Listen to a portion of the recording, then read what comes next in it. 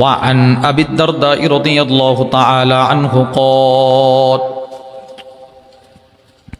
হযরত আবু দারদা রাদিয়াল্লাহু তাআলা আনহু থেকে বর্ণিত, তিনি বলেন, কুনতু জালিসান ইনদান নবী সাল্লাল্লাহু আলাইহি ওয়াসাল্লাম। হযরত আবু দারদা বলেন, আমি একদিন নবীজির সাথে বসা, রাসূলের দরবারে বসা। ইয আকবালা আবু বকর সিদ্দিক আখিদাম বিতরফি সাওবি, হঠাৎ করে তাকায় দেখি হযরত আবু বকর সিদ্দিক নিজের কাপড়টা এভাবে ধরে ধরে নবীজির দরবারে ঢুকতেছে। আল্লাহর রসুল সিদ্দিক আকবরের দেখেই বুঝে ফেলছে, নিশ্চিত কারোর সাথে কোনো মনোমালিন্যতা করে আসছে, চেহারার মধ্যে রাগ, কষ্ট। আল্লাহর রসুল সাহাবাদেরকে বলতে লাগলেন, আম্মা সাহিবুকুম ফাকাদ গামারা, ও সাহাবারা, তোমাদের সাথী আবু বকর এই মুহূর্তে কারোর সাথে মনোমালিন্যতা করে আসছে। সুবহানাল্লাহ বলেন না? আরে সবাই বলেন সুবহানাল্লাহ, জোরে বলেন। নবীজি কি বলে যে তার চেহারা দেখেই বোঝা যাইতেছে সে কারোর সাথে মনোমালিন্যতা করে আসছে। ফাসাল্লামা, সিদ্দিক আকবর নবীজির দরবারে ঢুইকা সালাম দিল, সালাম। এরপরে নবীরে বলে, ইয়া রাসূলুল্লাহ, আপনার ধারণা ঠিক আছে, এটা মনোমালিন্যতা হইছে। কার সাথে? ইন্নী কানা বাইনি ওয়া বাইনা ইবনুল খাত্তাব শাইউন, আমার আর ওমরের মাঝখানে একটা মনোমালিন্যতা হয়েছে, একটু তর্ক হয়েছে, মনোমালিন্যতা হয়েছে। এবার দেখেন তো আবু বকর সিদ্দিকের আখলাক কত সুন্দর। তিনি নবীরে বলে, ফা আসরাতু ইলাইহি ইয়া রাসূলুল্লাহ, উমরের সাথে আমার যে মনোমালিন্যতা হয়েছে এতে উমরের কোনো দোষ নাই, দোষ সবটা আমার। সুবহানাল্লাহ। আরে অপরাধী নিজেকে নিজে অপরাধী বানাইতেছে, নিজের দোষ নিজে স্বীকার করতেছে। এই সমাজে কি এটা হয়? জীবনে কেউ কারো দোষ স্বীকার করে? কথা বলে না, করে না। বরঞ্চ আমাদের দেশের একদম আইন আদালত থেকে শুরু করে গ্রামের সালিশ পর্যন্ত নির্দোষকে দোষী বানানো হয়, দোষীকে নির্দোষ বানানো হয়। ইল্লা আমার রাহিম, কিছু কিছু ক্ষেত্রে মানুষ ভালো কাজ করে। তো সিদ্দিক আকবর নবীজির কাছে এসে বলে, ইয়া রাসূলুল্লাহ, দোষটা আমার, উমরের সাথে যে আমার একটু মনোমালিন্যতা হয়েছে না, দোষ আমার। কত বড় ব্যক্তি, কি উদার দিল তার। যেহেতু দোষটা আমার, ফানাদিম তো আলাই ইয়া রাসূলুল্লাহ, আমি ফানাদিম তো জায়গাতে আমি লজ্জিত হইছি। দোষ যেহেতু আমার, আমি ওখানেই লজ্জিত হইলাম, অনুতপ্ত হইছি। ফাসাআলতুহু আইয়াগফির লি, আমি উমরের কাছে ক্ষমাও চাইলাম, ভাই উমর আমারে মাফ করে দাও, দোষ আমার। ফাআবা আলাইয়া, উমর আমাকে মাফ করে নাই। উমর রাদিয়াল্লাহু আনহু গরম মানুষ, তো মাফ করে নাই। এজন্য ফাকবালতু ইলাইক, আমি আপনার কাছে আসছি, আপনি একটা ফাইসালা করেন। দেখেন নবীজি কি করে। আল্লাহর রাসূল সিদ্দিক আকবরকে ধরে দোয়া করলেন, ইয়াগফিরুল্লাহু লাকা ইয়া আবা বকর, আল্লাহ আপনি আমার আবু বকরকে ক্ষমা করে দেন। তিনবার বলছি, তিনবার বলেন না, কয়বার? আল্লাহ আমার আবু বকরকে ক্ষমা করে দেন, আল্লাহ আমার আবু বকরকে ক্ষমা করে দেন, আল্লাহ আমার আবু বকর রাদিয়াল্লাহু আনহুকে ক্ষমা করে দেন। এভাবে তিনবার বলছে। কি ভালোবাসছে নবী সিদ্দিক আকবর। ঘটনাটা বুঝছেন? তাহলে নবীজির দরবারে হলো আবু বকর সিদ্দিক, ওই দিক থেকে হযরত ওমর রাগ কমছে। মানুষের রাগ তো সবসময় থাকে না, কমছে, রাগ নিয়ন্ত্রণে আসছে। সুম্মা ইন্না উমর নাদিমা, হযরত ওমর এখন নিজেকে নিজে অনুতপ্ত, হাই হাই আমি কি করলাম রে। আবু বকর সিদ্দিকের মতো ব্যক্তি আমার কাছে ক্ষমা চাইতে আসলে আমি ক্ষমা করি নাই, কাজটা আমি ঠিক করি নাই। এখন নিজেকে নিজে বর্ষনা দিচ্ছে, না আমি কাজটা ঠিক করি নাই। ফাআতা মানজিলা আবি বকর সিদ্দিক, হযরত ওমর একটা দৌড় দিয়ে সিদ্দিক আকবরের বাড়িতে চলে গেলেন। নিজেও এখন মাপ চাওয়ার জন্য দৌড় দিছে। গিয়ে বলতে লাগলেন, আথাম্মা আবু বকরিন, ও আবু বকর ভাই, আপনি কি ঘরে আছেন? ফাকালু লা, সিদ্দিক আকবরের ঘর থেকে ওনার পরিবারের লোকেরা জবাব দেয়, নাই, ঘরে নাই। উমর বুঝে ফেলছে সিদ্দিক আকবর এই মুহূর্তে ঘরে নাই, মানে নবীজির দরবারে। একটা দৌড় দিয়ে নবীজির দরবারে চলে গেলেন। এবার হাদিস বর্ণনাকারী আবু দারদা কি বলে দেখেন, ফাজাআলা ওয়াজহুন নবী সাল্লাল্লাহু আলাইহি ওয়াসাল্লাম ইয়াতামাআর, যেই মাত্র উমর ইবনুল খাত্তাব নবীজির দরবারে ঢুকতে লাগলেন, নবীজি উমরে দেখা রসুলের রাগে রসুলের চেহারা লাল হয়ে গেছে, লাল, এই পরিমাণ রাগ নবীজি। উমরের দেখা। রাগটা কেমন ছিল জানেন? হাদিসে পাকে আসছে, হাত্তা আশফাকা আবু বকরিন সিদ্দিক আকবর নবীজির সামনে থরথর করে কম্পন শুরু করছে। নবীজির রাগ দেখে আবু বকর কাঁপতেছে, এইভাবে কাঁপতেছে। ফাজাসা আলা রুকবাতাই, নিজের দুইটা হাঁটু গেড়ে পড়ছে। দেখেন কত সুন্দর তার দিল। এই মুহূর্তে নবীজি উমরের উপরে রাগ, এই রাগ থামানোর জন্য সিদ্দিক আকবর বলে, ইয়া রাসূলুল্লাহ ওয়াল্লাহি আনা কুনতু আজলিম। ওগো নবীজি, আমার ভাই উমরের কোনো দোষ নাই, সম্পূর্ণ দোষ আমি আবু বকরের। সুবহানাল্লাহ। এই কথাটা কেন বলছে? নবী যেন রাগটা কমে। কিন্তু নবীজি বুঝছে। তখন নবীজি একটা কথা বলছিল চোখের পানি ছেড়ে দিয়ে। আল্লাহর রাসূল দাঁড়িয়ে চোখের পানি ছেড়ে দিয়ে ছোট্ট একটা ভাষণ দিলেন। নবীজি বলতে লাগলেন, ইন্নাল্লাহা বাআসানি ইলাইকুম ফাকুলতুম কাযাবতা। ও সাহাবারা, আল্লাহ পাক যখন আমাকে নবী করে তোমাদের কাছে পাঠিয়েছিল, তোমরা সকলে বলেছিলে আমি মিথ্যুক। সবাই বলছিল আমি মিথ্যুক, আমার তোমরা সবাই মিথ্যুক বলছিলা। উমর, তুমি শুধুই মাত্র আমাকে মিথ্যুক বলো নাই, তুমি তো আমি রসুলের মাথা কাটার জন্যও দাঁড়ায় গেছিলা। পৃথিবীর সব মানুষ যেদিন আমাকে মিথ্যুক মিথ্যুক বলে তীর মারতেছিল, ওই দিন একটা মানুষ আমাকে কখনো মিথ্যুক বলে নাই। পৃথিবীর সব মানুষ যেদিন মিথ্যাবাদী বলতেছিল, ওই দিনও যে মানুষটা আমাকে বলেছিল আপনি সত্যবাদী, ওই মানুষটাই হলো আমার প্রিয় সাহাবী আবু বকর। সুবহানাল্লাহ। এই আমার আবু বকর আমার জীবনে বলেন আমি মিথ্যুক, সব সময় আমারে ভালোবাসছে, আমারে সত্যবাদী বলছে। এছাড়া বাকি তোমরা সকলে আমারে বলছো আমি মিথ্যুক। মনে আছে তোমাদের? শোনো, শুধু আবু বকর আমাকে মিথ্যুক, আমাকে সত্যবাদী বলে নাই, ওয়াসানি বিনাফসিহি ওয়ামালি। হযরত আবু বকর আমি রসুলকে জানে মালে সহযোগিতা করেছে। কুরআনুল কারীমে আল্লাহ রাব্বুল আলামিন বলেন, বিসমিল্লাহির রহমানির রহিম, ওয়া আহসিনু ইন্নাল্লাহা ইউহিব্বুল মুহসিনিন। আল্লাহ রাব্বুল আলামিন বলে, তোমরা ইহসান করো ইহসান, যারা ইহসান করে আল্লাহ তাদেরকে ভালোবাসে। সুবহানাল্লাহ। যারা ইহসান করে আল্লাহ এদেরকে ভালোবাসেন। এই আয়াতের ব্যাখ্যায় আল্লামা আব্দুর রহমান ইবনে নাসির আস-সাদি তার বিখ্যাত তাফসীর তাইসিরুল করিমির রহমান ফি তাফসীর কালামিল মান্নান, ওই কিতাবের মধ্যে লেখেন, ওয়ায়াদখুলু ফি যালিকা কাদাউ হাওয়াইজিন নাস। আল্লাহ যে বললেন তোমরা একজন আরেকজনকে সহযোগিতা করো, আল্লাহর এই বলার এই বক্তব্যের ভেতরে এটাও অন্তর্ভুক্ত, তোমরা একজন আরেকজনকে তার প্রয়োজন মিটিয়ে দেওয়ার জন্যেই সহযোগিতা করো। সুবহানাল্লাহ।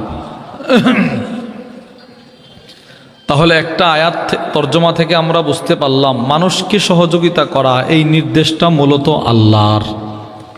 বলেন এই নির্দেশটা মূলত কার? সবাই বলেন না কার? আল্লাহর। দুই, আল্লাহ বলে বিসমিল্লাহির রহমানির রহিম, তাআওয়ানু আলাল বিররি ওয়াত তাকওয়া ওয়ালা তাআওয়ানু আলাল ইসমি ওয়াল উদওয়ান। আল্লাহ রাব্বুল আলামিন বলেন তোমরা একজন আরেকজনকে সাহায্য সহযোগিতা করো।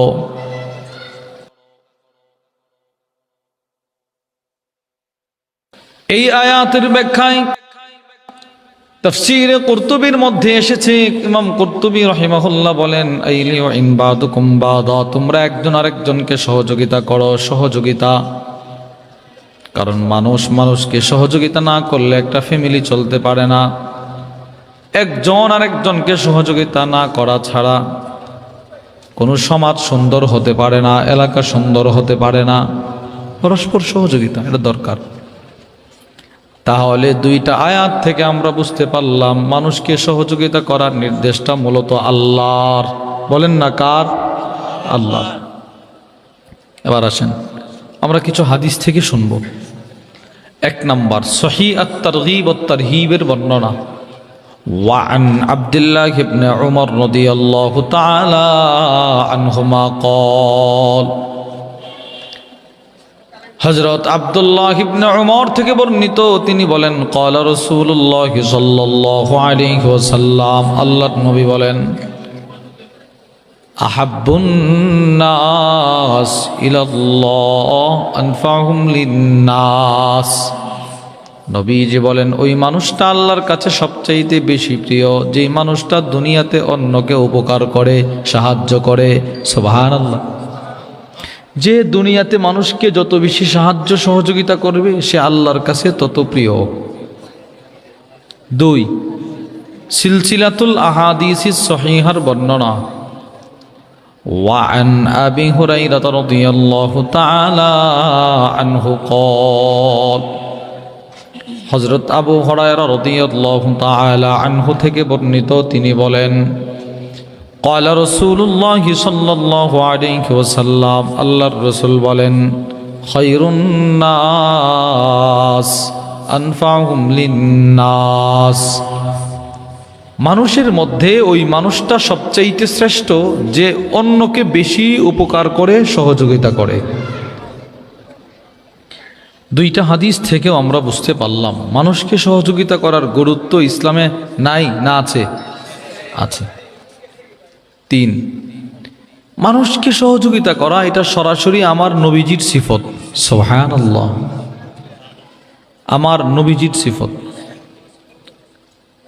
রাসূলুল্লাহ সাল্লাল্লাহু আলাইহি ওয়াসাল্লাম মানুষকে এই পরিমাণ সহযোগিতা করতেন যে নবীজি রাসূলের জিন্দেগিতে কখনো কোনো মানুষকে বলে নাই আমারে মাফ করো আমার কাছে নাই, এই শব্দ নবীজির জিন্দেগিতে নাই। সুবহানাল্লাহ বলেন না, আমারে মাফ করো আমার কাছে নাই কিছু নাই, এটা রাসূল জীবনেও কাউরে বলে নাই। মুসলিম শরীফের বর্ণনা وعن جابر بن عبد الله رضي الله تعالى عنهما قال হযরত জাবির ইবনে আব্দুল্লাহ থেকে বর্ণিত তিনি বলেন মা সুইলা রাসূলুল্লাহ সাল্লাল্লাহু আলাইহি ওয়াসাল্লাম শাইআন ক্বাত্তু ফাকালা লা নবীজি সাল্লাল্লাহু আলাইহি ওয়াসাল্লামের কাছে যখন যে কিছু চাইতো নবীজি কখনো কারো বলতেন না আমার কাছে নাই মাফ করো, এই শব্দ রাসূলের জিন্দেগিতে নাই। সুবহানাল্লাহ নবীজি জীবনে কাউরে বলে নাই যে ভাই আমার কাছে নাই একটু মাফ করো, এই শব্দটা রাসূলের জিন্দেগিতেই নাই নাই।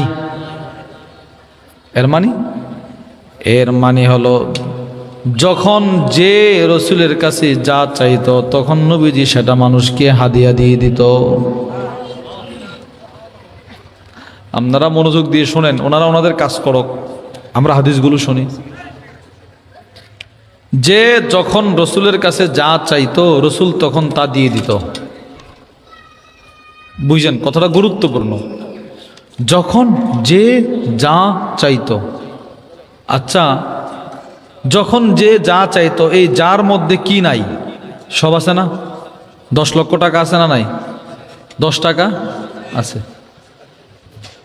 কেউ রাসূলের কাছে কিছু চাইছে আর নবীজির কাছে ছিল, রাসূল কখনো না করে নাই যে আমার কাছে নাই, দিয়ে দিছে।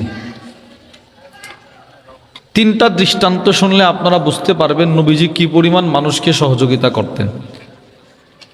দৃষ্টান্ত নম্বর 1 বুখারী শরীফের বর্ণনা وعن أبي سعيد الخدري رضي الله تعالى عنه قال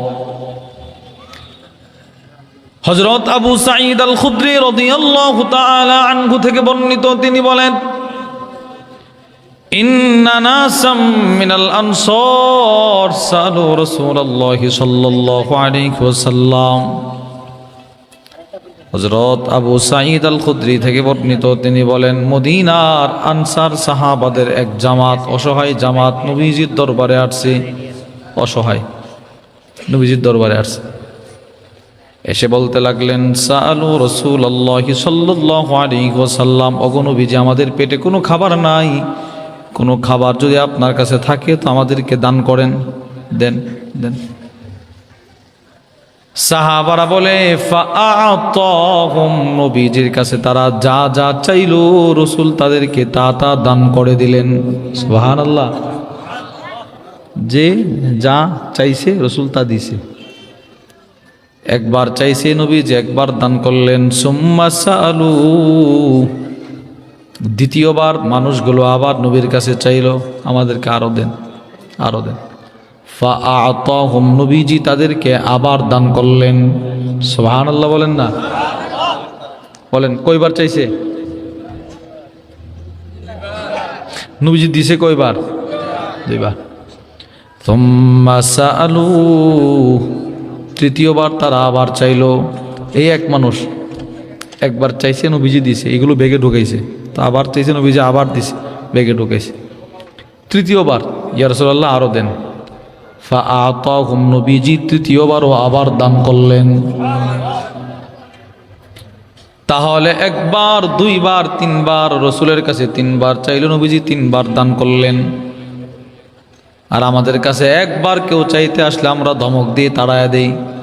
বাস্তব না বাস্তব? একটু মিলান তো নবীর সাথে। কুরবানির সময় গরু জবাই করছেন, গরু তো অনেক অসহায় মানুষ দেখবেন গরু জবাই করার পর থেকে পলিথিন নিয়ে দাঁড়ায় থাকে, থাকে না কিছু দেওয়ার জন্য। তো আমরা কি বলি? এই যাও, এখনো গোশত বানানো শুরু হয় নাই, যাও। তো সে গেছে। অসহায় লোকটা আবার 11টা শেষ হয় নাই, যাও সরো। লোকটা আবার 1 ঘন্টা আপনার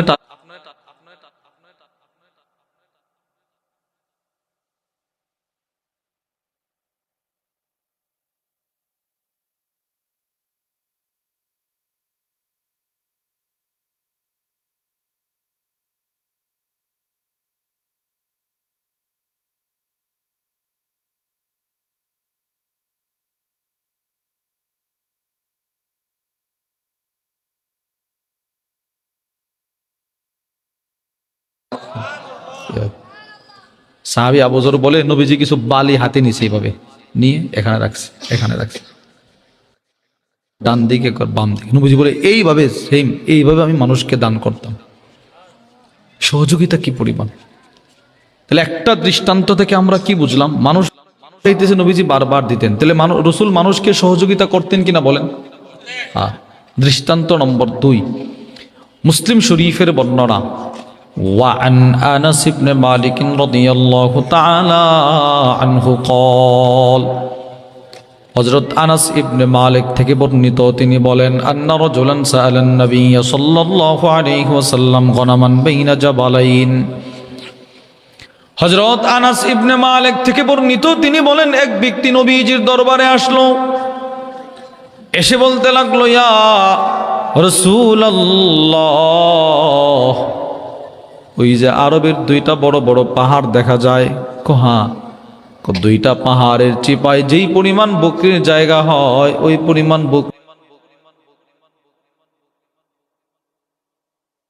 বেশি বেশি।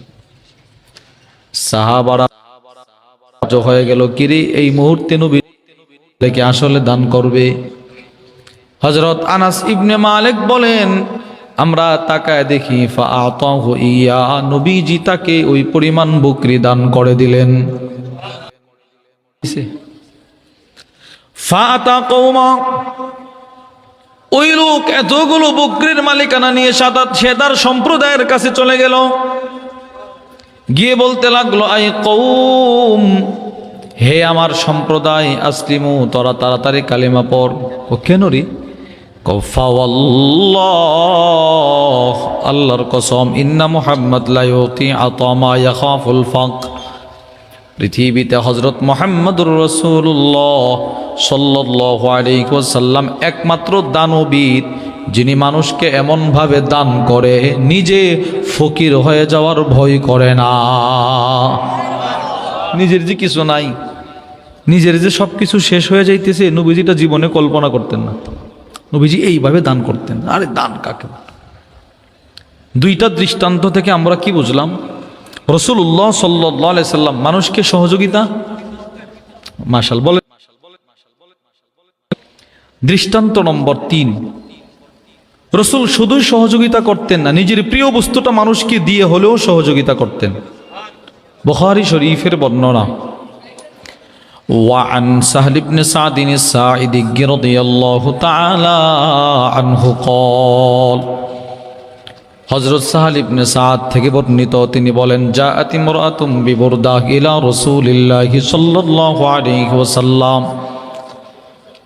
হযরত সাহল ইবনে সাদ বলেন, নবীজির কাছে একজন মহিলা মানুষ সুন্দর একটা চাদর নিয়ে আসছে নবীকে হাদিয়া দেওয়ার জন্য। এসে বলতে লাগলেন, ইয়া রাসূলুল্লাহ, ইন্নী নাসাজতু হাদিহি বিয়াদি, এই চাদরটি আমি মহিলা মানুষ নিজের হাতে আপনার জন্য বানিয়েছি।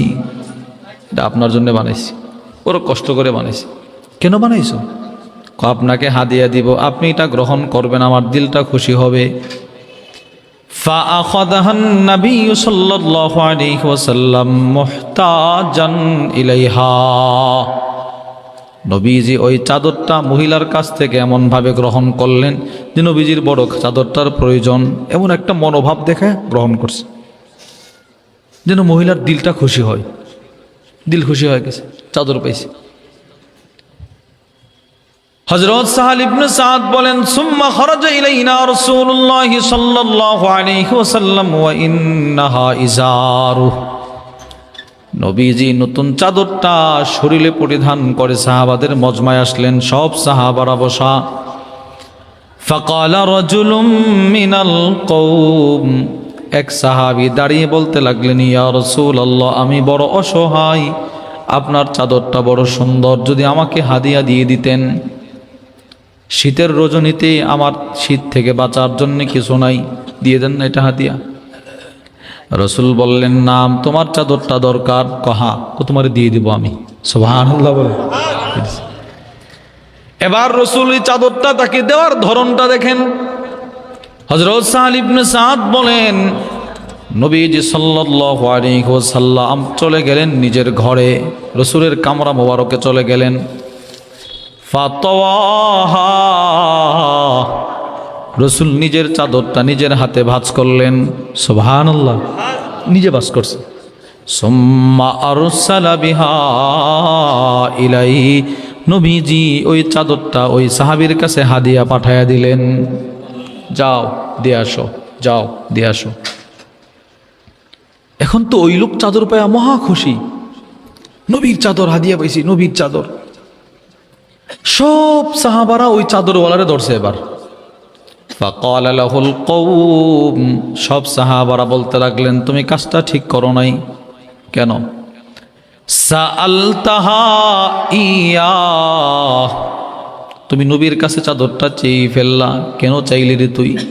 তুই তো 2-4 দিন পরেও চাইতে পারতি, 5-6 দিন পরেও তুমি চাইতে পারতা। সব সাহাবারা রসুল এই সাহাবী চাদরওয়ালাকে কি কথাটা বলে দেখেন, সকলে মিলে বলতেছে, লাকাদ আলিমতা আন্নাহু লা ইয়ারুদ্দু সাইলা। ও চাদরওয়ালা ভাই, তুমি ভালো করেই জানো আল্লাহর নবীর কাছে কেউ কিছু চাইলে নবীজি কখনো খালি হাতে ফেরত পাঠায় না।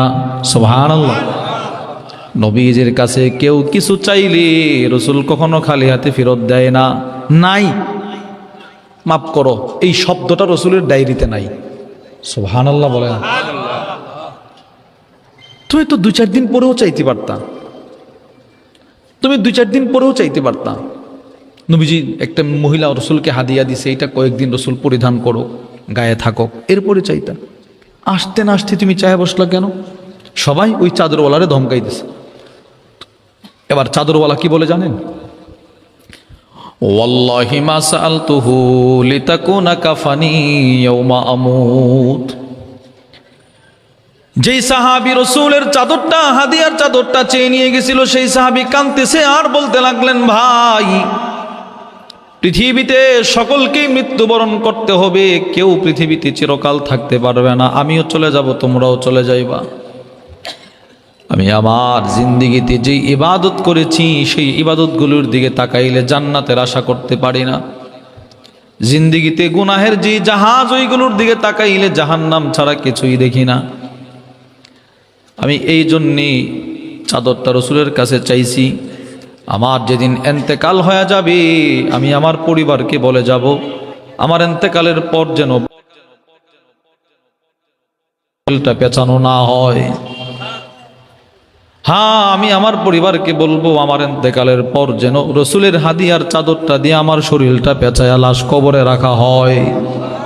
নবীজির চাদর, রসুল যে চাদরটা একটু সময়ের জন্য ব্যবহার করছে ওইটা দিয়ে যেন আমার শরীরটা পেঁচানো হয়। হযরত সাহাল ইবনে সাদ বলেন, ফাকানাত কাফানাহু,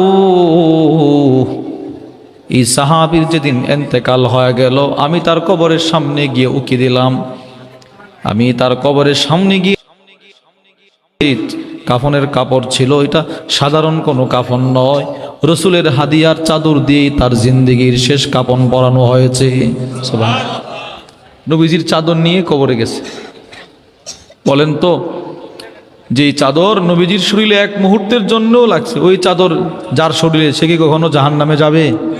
না, কখনো যাবে না। তাহলে এই হাদিস থেকেও আমরা কি বুঝলাম ভাই? নবীজির প্রিয় বস্তুটা রসুল মানুষকে হাদিয়া দিয়ে দিতেন। মানুষকে হাদিয়া দেয়, আমরাও কিন্তু দেই। আমরা দেই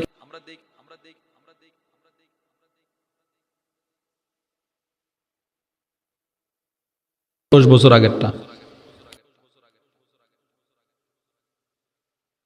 কখনো কখনো নতুন জিনিস কিনে মানুষকে হাদিয়া দেওয়া।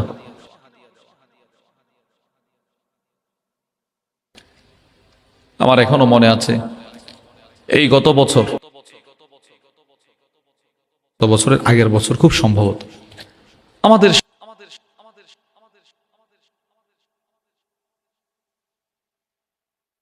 হাফিজাহুল্লাহ, এই আজকে হলো প্রত্যেক ইংরেজি মাসের আজকে হলো 3য় শনিবার।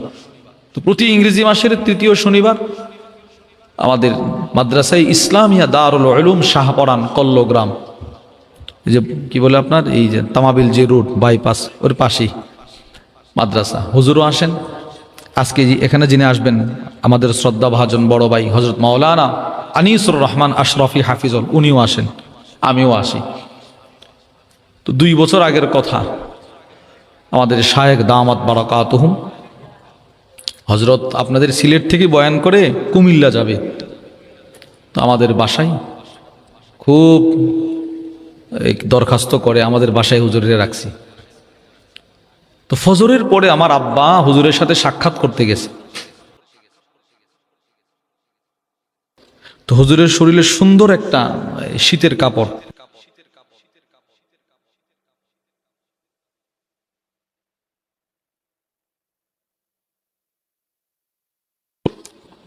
তো হুজুর আব্বারে হাদিয়া দিতেছিল আর বলতেছিল যে এটা আমাকে, এই আপনাদের সিলেটের একজনের কথা বললো, যে একজন লন্ডন থেকে মহব্বত করে আমার হাদিয়া দিছিল, নতুন, আমি শুধু সিলেট থেকে পরে আসছি, এখন আমি আপনাকে এটা হাদিয়া দিয়ে দিলাম।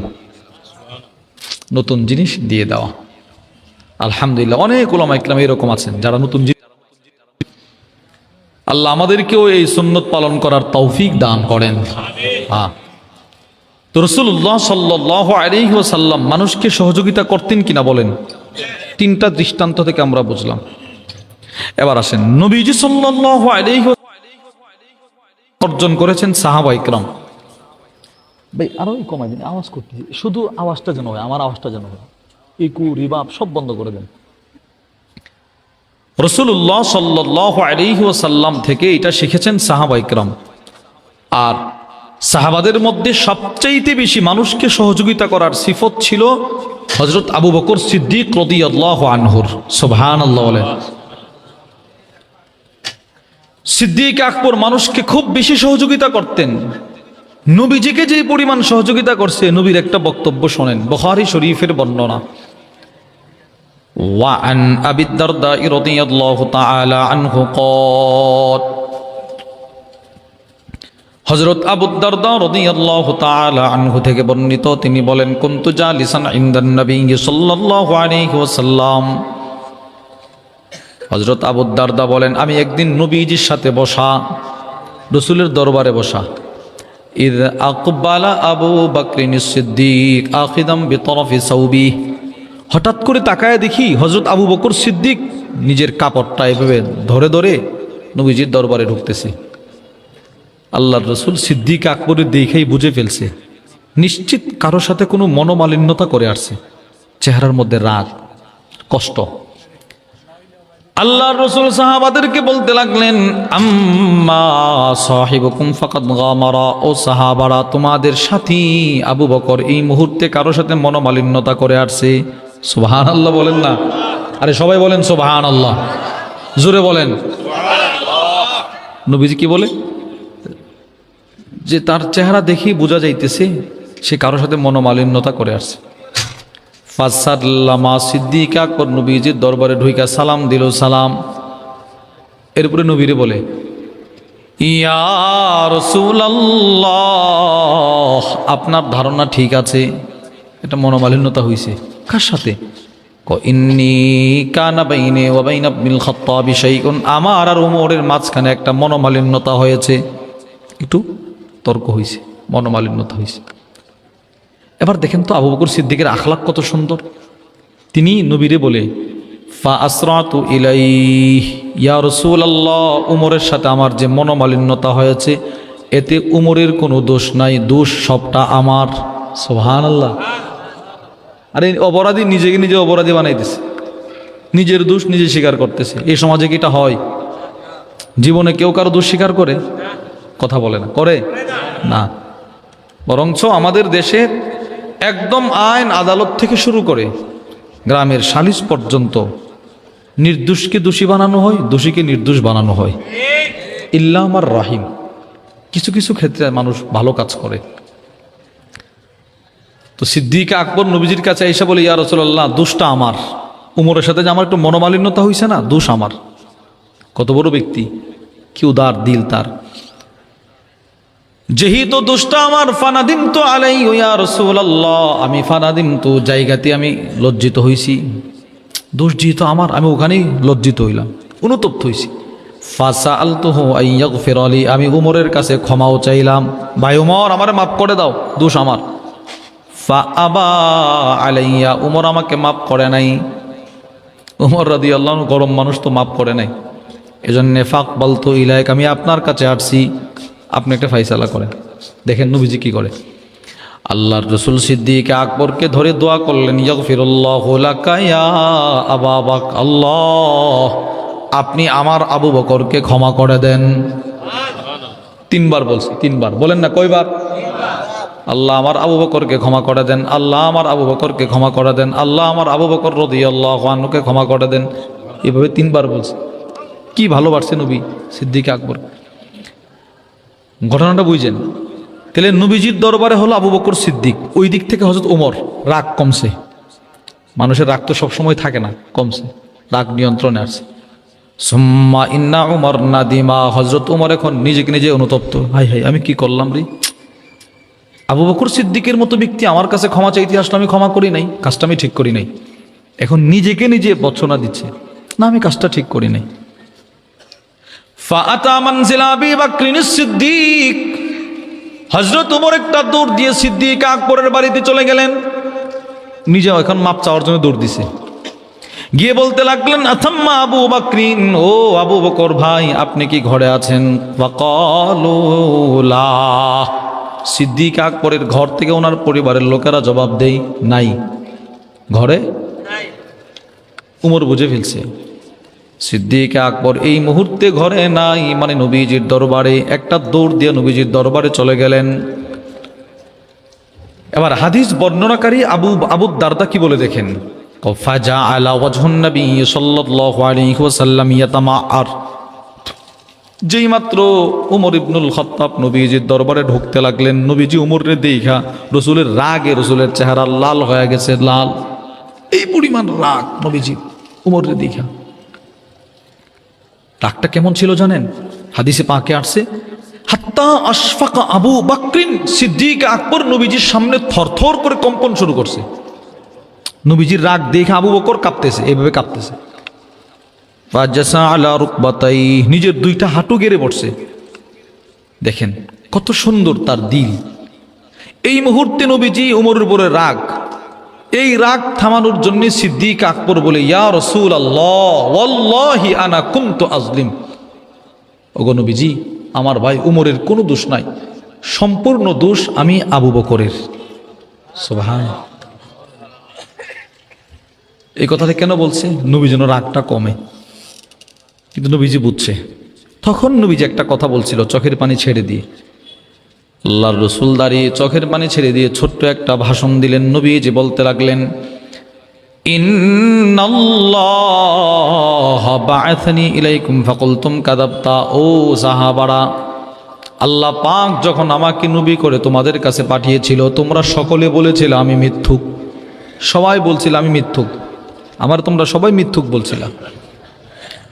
উমর, তুমি শুধুই মাত্র আমাকে মিথ্যুক বলো নাই, তুমি তো আমি রসুলের মাথা কাটার জন্যও দাঁড়ায় গেছিলা।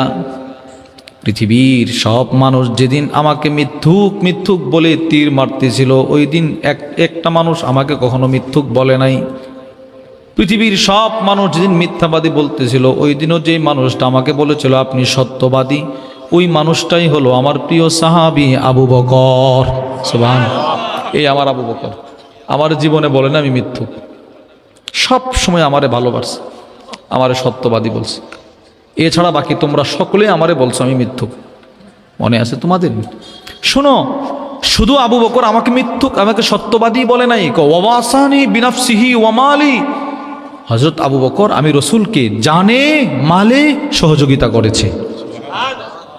বলেন কই জিনিস দ্বারা? জানে, বলেন না, জানে মালে, জানে মালে সহযোগিতা করে। আচ্ছা, নবীজি ওনারে আলাদাভাবে উল্লেখ করলেন কেন যে আবু বকর আমাকে জানে মালে সহযোগিতা করছে? অনেকেই তো রসুলকে মালে সহযোগিতা করছে, জানে। হ্যাঁ, সিদ্দিক আকবর এই পরিমাণ সহযোগিতা করছে। তিরমিজি শরীফের বর্ণনা, ওয়ান আবি হুরায়রা রাদিয়াল্লাহু তাআলা আনহু ক্বাল, হযরত আবু হুরায়রা রাদিয়াল্লাহু তাআলা আনহু থেকে বর্ণিত, তিনি বলেন, ক্বালা রাসূলুল্লাহ সাল্লাল্লাহু আলাইহি ওয়াসাল্লাম, নবীজি বলেন, পৃথিবীতে যত মানুষ আমাকে সহযোগিতা করেছে প্রত্যেকের বদলা আমি রসুল দুনিয়ায় দিয়েছি, প্রত্যেকেরটা দিয়ে দিছি। আমাকে যে যেইভাবে সহযোগিতা করছে প্রত্যেকের বদলা আমি দুনিয়াতে দিতে পেরেছি, দিয়েও দিছি। মা খলা আবা বকরিন, আবু বকরের বদলা আমি দিতে পারি নাই। সিদ্দিক আকবর যে আমার সহযোগিতা করছে না, ওনার বদলাটা আমি দিতেই পারি নাই।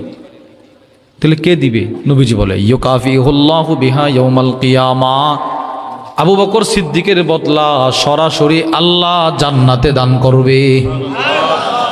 কিয়ামতের দিন আমার পক্ষ থেকে আল্লাহ বদলাটা দিয়ে দিবে। আল্লাহ কি বদলা দিবে? এর অনেকগুলো বদলা, এর মধ্যে একটা শোনেন। মুসলিম, বুখারী, তিরমিজির বর্ণনা। আল্লাহর রসুল বলেন, মান কানা মিন আহলিস সালাহ দুইয়া মিন বাবিস সালাহ। দুনিয়াতে যে লোকটা বেশি বেশি নামাজ পড়ছে না, যে বেশি নামাজ পড়বে তাকে নামাজের জান্নাতের দরজা দিয়ে, নামাজের দরজা দিয়ে ডাকা হবে, তুমি আসো, তুমি জান্নাতে ঢোকো, এদিকে আসো। ওয়ামান কানা মিন আহলিল জিহাদ দুইয়া মিন বাবিল জিহাদ। দুনিয়াতে যে লোক বেশি আল্লাহর রাস্তায় জিহাদ করবে তাকে জিহাদের দরজা দিয়ে জান্নাতে ডাকা হবে। এক একজনকে এক একটা দরজা দিয়ে ডাকা হবে। সিদ্দিক আকবর দাঁড়ায় বলে, ইয়া রাসূলুল্লাহ, এমন কেউ কি আছে যাকে আটো জান্নাতের সবগুলো দরজা একসাথে ডাকবে? সুবহানাল্লাহ। সবগুলো দরজা একসাথে ডাকবে এমন কেউ আছে? নবীজি বলে, হ্যাঁ আছে। সিদ্দিক আকবর বলে, সে কে? রসুল বলে, আমি আশা করি ওই লোকটা আপনি হবেন, আপনি আবু বকর। আপনারা আল্লাহ জান্নাতের সবগুলো দরজা ডাকবে, কারাগারি শুরু করবে, কে কার আগে আপনাকে নিবে? ওই আপনি যে দুনিয়াতে আমার সহযোগিতা করছেন, এর বদলা। 2 নম্বর, তিরমিজি শরীফের বর্ণনা। নবীজি সাল্লাল্লাহু আলাইহি ওয়াসাল্লাম বলেন, সমস্ত নবীদের পরে উম্মতের মধ্যে সবচাইতে দামি জান্নাতটা যার হবে সেটা হবে হযরত আবু বকর সিদ্দিকের জান্নাত। মানুষকে সহযোগিতা করা, নবীকে কি পরিমাণ সহযোগিতা করছে। 3, হযরত উসমান ইবনে আফফান রাদিয়াল্লাহু আনহু, তিনিও মানুষকে খুব সহযোগিতা করতেন। ওয়ান উসমান ইবনে আফফান রাদিয়াল্লাহু তাআলা আনহু ক্বাল, হযরত উসমান ইবনে আফফান বলেন, আন্না রাসূলুল্লাহ সাল্লাল্লাহু আলাইহি ওয়াসাল্লাম কদিমাল মদিনা, আল্লাহর রসুল যেদিন মক্কা থেকে হিজরত করে নবী যেদিন মদিনায় আসলেন, ওয়ালাইসা বিহামা উনি উস্তাদাব, মদিনায় মিষ্ট পানির কোনো ব্যবস্থা নাই। মিষ্ট পানি মানে আমরা টিউবওয়েল থেকে চাপ দিলে যেই পানিটা বের হয় এটা হলো মিষ্ট পানি। আরবের পানিগুলো মিষ্ট হয় না, লবণাক্ত হয়, এগুলো খাওয়া যায় না, মুখে নেওয়া যায় না। লক্ষ লক্ষ টাকা খরচ করে পানিগুলোকে ফ্রেশ করে আনা হয়। কিন্তু আমরা তো আলহামদুলিল্লাহ টিউবওয়েল চাপ দিলেই কি পানি, খাবার উপযুক্ত পানি বের হয়। আমাদের বাংলাদেশে অনেক এলাকা আছে, আমরা অনেক সময় মাহফিল, আমি ওই দিন কয়েকদিনকে চাঁদপুর গেছি, চাঁদপুর। তো ওখানে আপনার এক মসজিদে উজু করতে গেছি, পানি মুখে নিছি, আমি নিতেই পারছি না, এই পরিমাণ লবণাক্ত। তো ওই দোকানের পানি কিনা কুলি করছি, চেহারা ধৌত করছি, চেহারা খুব কষ্ট হয়েছে, সারা চেহারা জ্বলছে। লবণাক্ত পানি, আরবের সব জায়গায় লবণাক্ত পানি। নবীজি মক্কা থেকে মদিনে আসছে, এইরকম ভালো পানির কোনো ব্যবস্থা নাই। একটা কুয়া ছিল এক ইহুদি মহিলার, বীর রুমা, ওই কুয়াটা ছাড়া আর কোনো কুয়া নাই। এটার খুব দরকার, সাহাবাদের পানি পান করার খুব দরকার। কে দিবে এটা কিনে? সে বিক্রি করবে, কিন্তু কে কিনে দিবে এত টাকা দিয়ে? নবীজি সকলকে বসাইছে, বসায় বলে মাই ইয়াশতারি বি'রা রুমা, এই তোমাদের মধ্যে কে আছো এই কুয়াটা ক্রয় করে মুসলমানদেরকে হাদিয়া দিয়ে দিবা নিঃস্বার্থভাবে, কে আছো? হযরত উসমান ইবনে আফফান দাঁড়ায় বলে আমি আছি। সুবহানাল্লাহ, আমি আছি। উসমান ইবনে আফফান দাঁড়ায় বলে আমি আছি। ফাশতারাইতু মিন সুলবি মালি, উসমান ইবনে আফফান রাদিয়াল্লাহু আন তিনি নিজের টাকা দিয়ে এই কুয়াটা কিনে মুসলমানদেরকে হাদিয়া দিয়ে দিলেন। সুবহানাল্লাহ। হুজুর আসছে। এরপরে রাসূলুল্লাহ সাল্লাল্লাহু আলাইহি ওয়াসাল্লামের মসজিদে নববী, ইসলামের প্রথম যুগে মসজিদে নববী, রসুলের যে মসজিদ, ওই মসজিদ ছিল একদম ছোট পরিসরে। আন্নাল মসজিদ দাকা বিআহলি, সব মুসল্লিরা একসাথে নামাজ পড়তে পারতো না, জায়গা কম। বলেন না, জায়গা কি কম, সকলে একসাথে নবীর পিছনে নামাজ পড়তে পারে না। মসজিদে নববীর পাশে একটা জমিন ছিল, খালি জমিন, ওই জমিনটা বিক্রি করবে, কিন্তু কে কিনে দিবে কেউ নাই, এত টাকা কারো নাই। আল্লাহর রসুল বললেন মাই ইয়াশতারি বুকাতা আলি ফুলান, তোমাদের মধ্যে কে আছো মসজিদে নববীর পাশের জমিনটা কিনে মসজিদের জন্য ওয়াকফ করে দিবা? আমি রসুল বলে দিলাম এই জমিনটা যে কিনে দিবা আল্লাহ তোমাকে জান্নাতে উত্তম জমিনের মালিক বানায় দিবে। বিখাইরিল্লাহু মিনহা ফিল জান্নাহ, কে আছো? উসমান ইবনে আফফান সাথে সাথে হাত ওঠায় দাঁড়ায় বলে ইয়া রাসূলুল্লাহ, আমি আছি। ফাশতারাইতু মিন সুলবি মালি, নিজের অর্থায়ন দিয়ে জমিনটা কিনে মসজিদের জন্য দিয়ে দিল। তাহলে সাহাবাদের ভিতরেও মানুষের সেবা, সহযোগিতা করার সিফত ছিল কি ছিল না? হ্যাঁ। তাহলে এটা নবীজির সিফত, আল্লাহর নির্দেশ, নবীজির সিফত, সাহাবাদের সিফত, তাবি বুজুর্গানে দ্বীনের সিফত। ওনারা মানুষকে সহযোগিতা করতেন। রসুলের সাহাবাদের পরের যুগে আসেন আল্লামা ইমাম শামসুদ্দিন দাহাবি রহিমাহুল্লাহ তার কিতাব সিয়ার ও আ'লামিন নুবালার মধ্যে লেখেন, হযরত আলী রাদিয়াল্লাহু আনহুর এক ছেলের নাম হলো হযরত হুসাইন রাদিয়াল্লাহু আনহু, আবার হযরত হুসাইন রাদিয়াল্লাহু আনহুর ছেলের নাম আবার আলী। বুঝছেন বিষয়টা? দাদার নাম, নাতির নাম, এক নাম। আলী রাদিয়াল্লাহু আনহুর ছেলে হুসাইন, হুসাইন রাদিয়াল্লাহু আনহুর ছেলের নাম আবার আলী। দাদার নাতির নাম কি বলেন না, কি নাম? এক নাম। ওনারা সকলেই চিনে জাইনুল আবিদিন নামে, ওনার পরিচিতি হলো জাইনুল আবিদিন বা সাজ্জাদ, আওলাদে রসুল। এই আজকে যেমন আওলাদে রসুল আসতেছে না, উনিও আওলাদে রসুল। সাজ্জাদ বেশি বেশি সেজদা করতেন, এশারের নামাজের পরে সেজদা দিতেন ফজর পর্যন্ত। সুবহানাল্লাহ, এত বড় বুজুর্গ ছিলেন।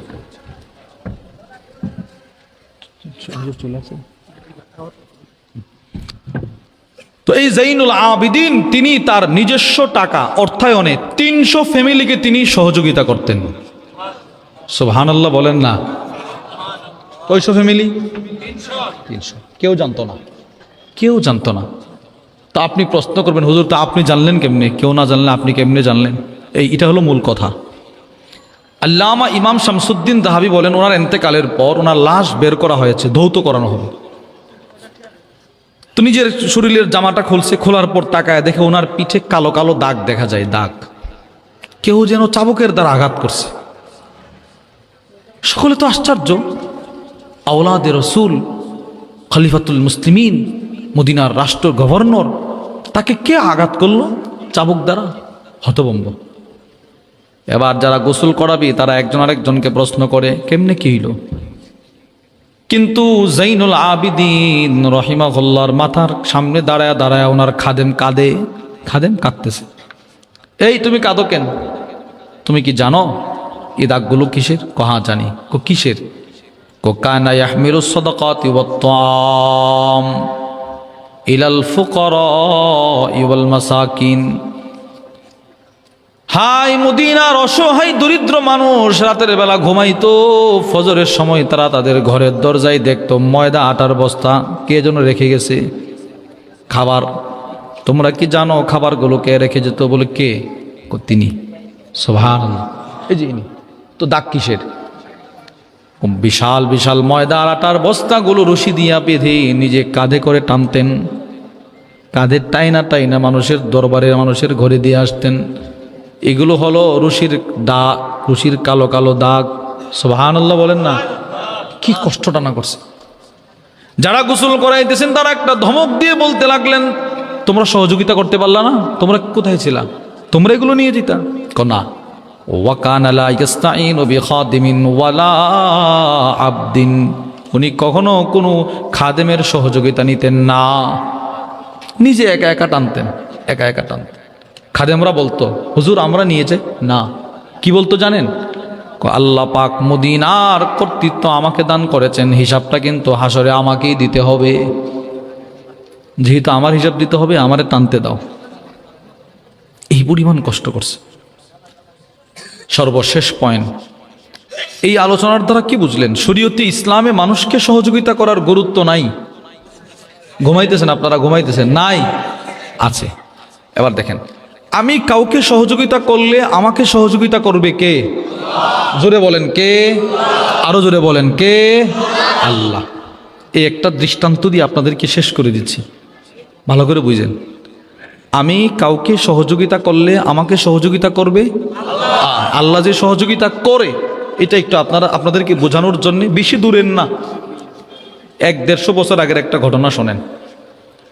হযরত আলী তানতাভী রহিমাহুল্লাহ, অনেক বড় বুজুর্গ, অনেক বড় লেখক।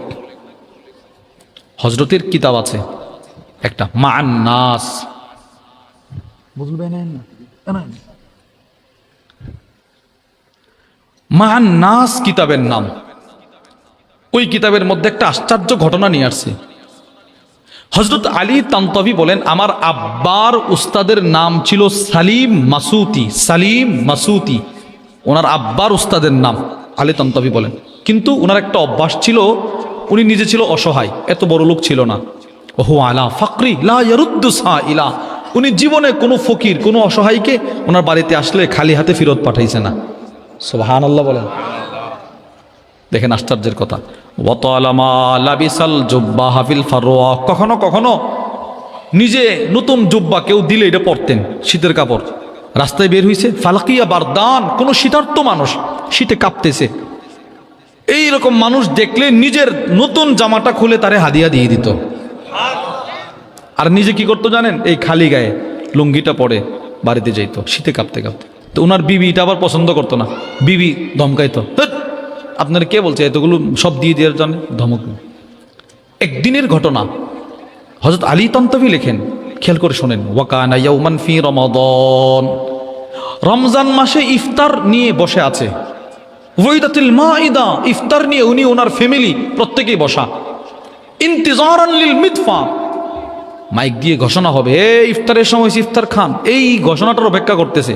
তাহলে বুঝেন তো কত নিকট সময়ে ইফতার নিয়ে বসে আছেন। বুঝতেছেন বিষয়টা? ইফতার নিয়ে বসা। ঠিক এমন সময় একজন আইসা ওনার ঘরের দরজায় আওয়াজ করতেছে, আসেন হুজুর ঘরে। তো তিনি বললেন কে? তো ওই লোক দরিদ্র, যা আসা আতা হুসা ইলন, একজন অসহায় মানুষ এসে ইয়কসিম, এই মর্মে কসম করছে, আন্নাহু ওয়া ইয়ালুহু বিলা তা। অসহায় মানুষটা দরজার উপর থেকে দাঁড়িয়ে বলতে লাগলেন, ও সালিম মাসুতি, গত রাত্রে সাহারি না খায়া আমি, আমার বিবি, আমার সন্তান, আমরা সকলে রোজা রেখেছি। এখন যে ইফতার করব, ইফতার করার মতো কিচ্ছু নাই। পৃথিবীর সব মানুষের দরবারে গেলে ধমকায়া ফেরত দিতে পারে, আমি জানি আপনি ধমক দিবেন না। আমি হতবাগা, একটু ইফতারের ব্যবস্থা করে দিলে আমি চলে যাব। সাহারি না খায়া রোজা রাখছি, বলেন তো কষ্টটা কেমন? আরে কষ্ট হইতেছে না? তো তিনি চিন্তা করলেন, এই মুহূর্তে আমি যদি এই লোকটারে কিছু দান করি তো আমার বিবি গালমন্দ করবে, তার সামনে দান করা যাবে না। তিনি তার বিবির দিকে বারবার তাকাইতেছে, বিবি কিছু দূরে চলে যাক বা একটু গাফলত, একটু অসতর্ক হলে আমি সবগুলো দিয়ে দিব। আলী তন্তবি বলেন, মহিলা বিবি অন্য রুমে গেছে একটু, কি কারণে? সাথে সাথে তিনি পুরাটা দস্তরখানের খাবার ইফতার ওই লোকটাকে হাদিয়া দিয়ে দিছে, দরজা আবার লাগাই দিছে। এখন এই মহিলা আসছে, এসে এত জোরে ধমক, ওয়ালওয়ালাত চিল্লাচিল্লি শুরু করছে, ওয়াসাহাত চিৎকার শুরু করছে, ওয়া আকসামাত মহিলা এই মর্মে কসম খাইছে, আন্নাহা লা তাকউদ ইনদা, না না আমি আর আপনার ঘর করতে পারবো না। এত কষ্ট করে ইফতারগুলো বানাইলাম, আপনি সবগুলো তারে দিয়ে দিলেন, আপনি কি শুরু করছেন? এই ধরনের কথাবার্তা। আলী তান্তাবি লেখেন, ওয়াহুয়া সাকিত, ওই বুজুর্গ চুপ, তিনি চুপ করে শুনতেছে। মহিলা রাগের মাথায় অনেক কিছু বল, এমনিতে পেটের খিদা, আরো রাগ। এখন মূল কথাটা শোনেন, মানুষকে সহযোগিতা করলে আমাকে সহযোগিতা করবে কে? না, জোরে বলেন কে? দেখেন আল্লাহ কি সহযোগিতা করছে। তিনি বলেন, ফালাম তামুররু নিসফু সাআ হাত্তা কুরিআল বাব, আধা ঘন্টা সময় অতিবাহিত হয় নাই, আবার তার ঘরের দরজায় কে যেন আওয়াজ করতেছে। সুবহানাল্লাহ বলে না? তিনি তো আশ্চর্য, কিরে এখন আবার কে আসলো? তিনি মনে মনে ভয় পাইতেছে, আবার নিয়ে কোনো ফকির আসছে, এখন তো কিচ্ছু নাই, কেমনি কি দেব না। দরজা খুলে দেখে কয়েকজন মানুষ বড় বড় থালা, খাবারের থালা হাতে নিয়ে, রাজপ্রাসাদের বাহারি রঙের খাবার নিয়ে দাঁড়িয়ে আছে, অপেক্ষা করতেছে। কে? কোত্থেকে আসছো? মাল খাবার, কি অবস্থা, কেমনে আসছো, কোত্থেকে, কেমনে কি? তো এই মানুষগুলো বলতেছে, শুনেন, আন্না সাইদ বাশা, মিশরের তৎকালীন প্রেসিডেন্ট সাইদ বাশা, সে আজকে অনেক বড় বড় মানুষকে ইফতারের দাওয়াত করছিল, কেউ আসে নাই, তিনি নিয়ত করছে এগুলো আপনাকে দিয়ে দিবে। তিনি তার বিবিরে বলে, এই বিবি দেখো, ওই তাহলে আমরা এতক্ষণ আলোচনা দ্বারা কি বুঝলাম? তাহলে আমাদেরকে মানুষকে সহযোগিতা করার সিবত অর্জন করতে হবে, বলেন ইনশাআল্লাহ। আল্লাহ আমাদের সকলকে তৌফিক দান করেন।